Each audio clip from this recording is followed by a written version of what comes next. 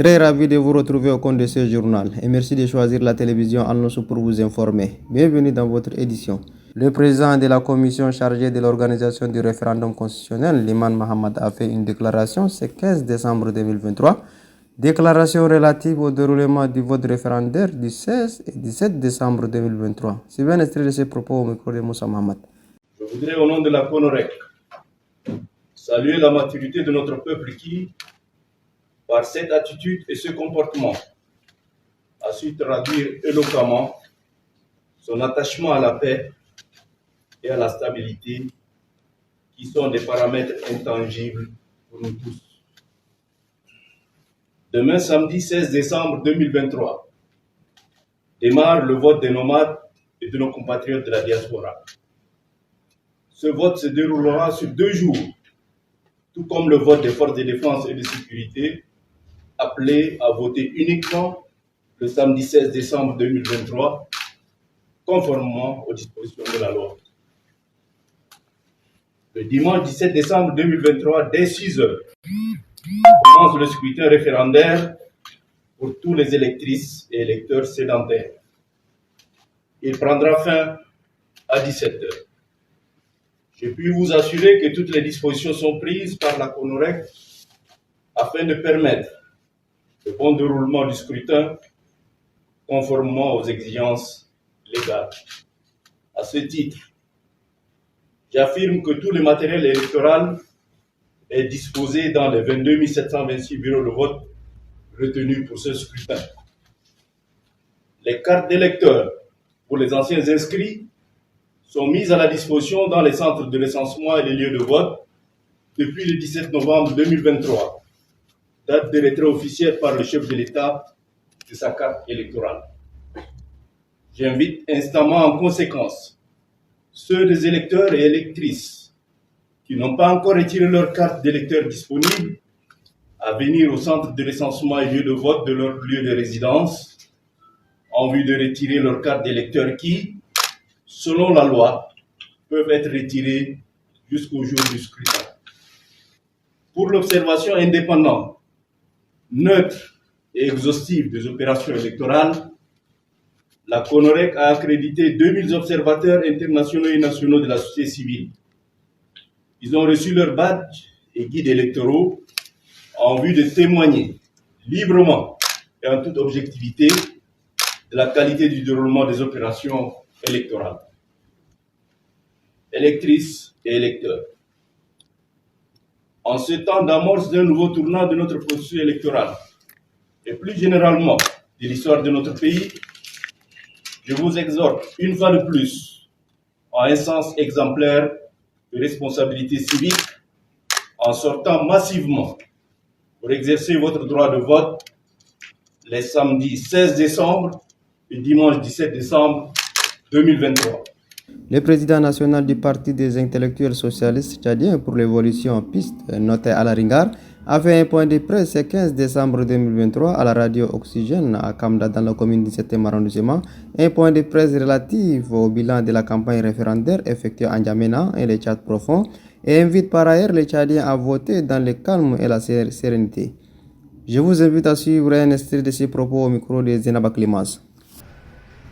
Nous avons passé un message au peuple tchadien de comprendre ce qu'on appelle le référendum, qui est une procédure par laquelle tout citoyen d'une collectivité particulière se prononce sur une question d'ordre politique. Le plus souvent, les citoyens doivent répondre par oui ou non à une question, tel est le cas du Tchad, le oui ou non à la Constitution. La dite sortie médiatique a permis au peuple de sortir massivement, sans hésitation, puis de s'activer pour retirer les cartes électeurs afin de répondre également massivement à cette élection référendaire du 17 décembre 2023. Nous vous informons qu'une stratégie moderne et automate technologique est mise en action pendant cette période de campagne pour envahir les bars, les cabarets, le marché, les hôtels, les écoles, les universités. Et nous sommes partout pour mettre en difficulté toute campagne en faveur du pays. Demain sera le vote des nomades. Et après-demain, le vote des sédentaires. Nous exhortons les Tchadiens de voter dans le calme, d'éviter le boycott, la violence, car laissons la fédération s'installer dans la paix pour la délivrance du Tchad. Nous demandons à la jeunesse de veiller sur le déroulement des votes et de nous remonter les informations au fur et à mesure pour saisir l'opinion nationale et internationale en cas de tricherie ou de vol. Nous mettons en garde toute tentative de fraude et de vol des urnes et la volonté du peuple. Car si ce référendum est triché, un mot d'ordre sera donné et toute la population descendra sur les rues et seul le gouvernement sera responsable d'une situation qu'il ne sera pas capable de contrôler.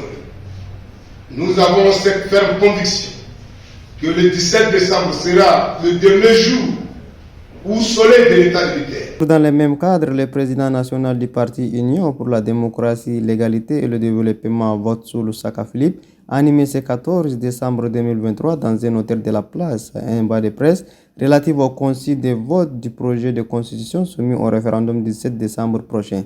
Suivez un extrait de ce propos au micro de Oumar Mohamed Ida. Le présent point de presse vise à situer nos camarades et sympathisants ainsi que l'opinion publique sur l'exercice du droit politique, en particulier la participation au vote du référendum constitutionnel qui pointe à l'origine.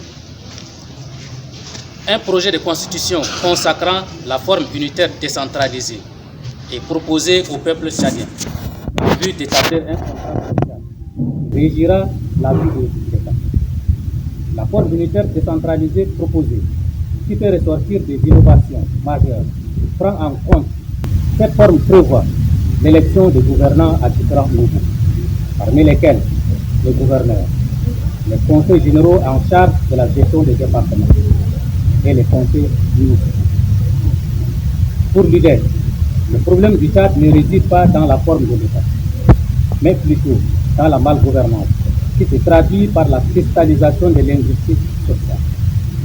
Au regard de la ferme volonté du général, président de transition, chef de l'État, d'être le garant du respect de la volonté populaire et surtout de traduire en acte le choix du peuple. Nous estimons que le choix de l'État unitaire. Cérémonie d'installation des membres de la sous-coordination de l'Union des bureaux de soutien au mouvement patriotique du salut du quartier Toukoura et Kordole Djedid a eu lieu ce 14 décembre 2023 dans un hôtel de la place au quartier Toukoura dans la commune du 9e arrondissement. Suivez le reportage de Omar Mohamed Ida.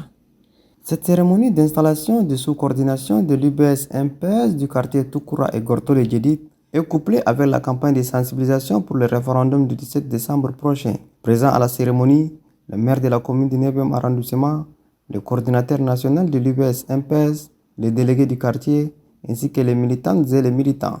Introduisant la cérémonie, le coordinateur national, Hassan Houré Chidi, a tout d'abord salué la présence de tous, d'avoir honoré de leur présence cette cérémonie avant d'inviter la population du 9e arrondissement à sortir massivement le 17 décembre voter en faveur de oui. Chers camarades du bureau de soutien UBS-MPS, votre mobilisation à cette cérémonie témoigne en suffisance que le oui a remporté et que la bataille est gagnante aux prochaines élections prévues en 2024 au Tchad. Pour démontrer notre militantisme au MPS, je demande à chacune et chacun de vous d'aller retirer sa carte électeur pour vous permettre d'accomplir votre droit civique.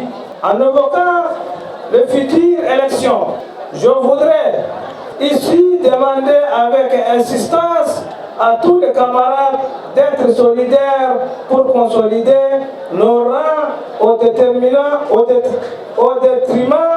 des intérêts personnels qui nous divisent. Rappelons que pour rendre utile à l'agréable, le coordinateur national a primé 2 équipes finalistes au tournoi organisé par la coordination nationale de l'Union des bureaux de soutien au mouvement patriotique du salut. Ça se referme cette édition. Merci de l'avoir suivi. À demain, Inch'Allah.